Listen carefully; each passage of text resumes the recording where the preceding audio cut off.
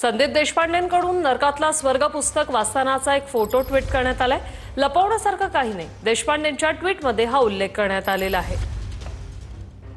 देशपांडेंकडून हा फोटो जो आहे तो ट्विट करण्यात आलेला आहे। संजय राऊत यांचं पुस्तक आहे नरकातला स्वर्ग, तो फोटो त्यांनी ट्विट केलाय। ठाकरे गटाचे खासदार संजय राऊत यांचं नरकातला स्वर्ग हे पुस्तक राजकीय आखाड्यात चर्चेमध्ये आहे आणि हेच पुस्तक आता मनसेचे नेते सुद्धा वाचताना पाहायला मिळत आहेत। मनसे नेते संदीप देशपांडे आपल्या सोबत आहेत। संदीपजी, 15 दिवसापूर्वी पुस्तकाचं प्रकाशन झालं आणि त्याबद्दल तुमची पुस्तकाबद्दल असणारी मतं ही आत्ताशी कुठेतरी बदलताना पाहायला मिळत आहेत। म्हणजे पुस्तकाबद्दलची मतं म्हणतोय मी, आणि पुस्तक तुम्ही प्रत्यक्षात वाचायला घेतलेलं आहे। मनपरिवर्तन कसं झालं? नाही, आमचे एक पदाधिकारी आहेत योगेश चिले म्हणून, ते काल आलेले माझ्याकडे। ते पुस्तक घेऊनच आलेले।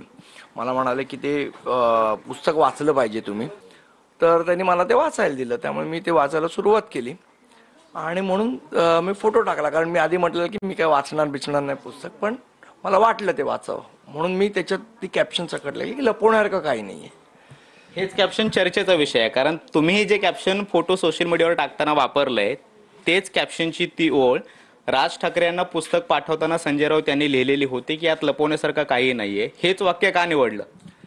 मला तर समर्पक वाटलं वाक्य, की आपण म्हटलेलं पुस्तक वाचणार नाही तर वाचतोय, तर त्याच्यात लपवायचं काय, म्हणून मी ती ओळ टाकली।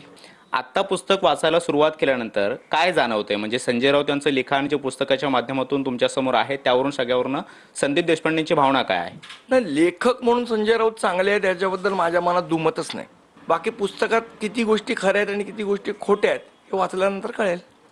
संजय राऊत यांच्या पुस्तकामध्ये बऱ्याचशा गोष्टी तुरुंगातल्या आहेत, त्यांनी कशा पद्धतीने सगळं सहन केलं किंवा काय काय त्यांच्या बाबतीत घडलं, संदीप देशपांडेंना याबद्दल काय वाटतंय?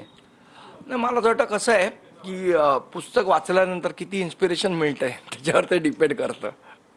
म्हणजे इन्स्पिरेशन मिळालं तर संदीप देशपांडे पुस्तक लिहायला घेतील? हा, नक्की। पण आता कसं आहे, ते इन्स्पिरेशन मिळतंय की नाही मला ते वाचल्यानंतरच कळेल। आणि एकदा वाचून झालं की मी निश्चितपणे एक सविस्तर माझा अभिप्राय, म्हणजे तो संजय राऊतांनी वाचलाच पाहिजे असा काही माझा आग्रह नाहीये, पण माझा अभिप्राय मी त्यांना कळवीन। कॅमेरामन योगेश गुरव सोबत मी कृष्णा सोनारवाडकर, TV9 मराठी, मुंबई।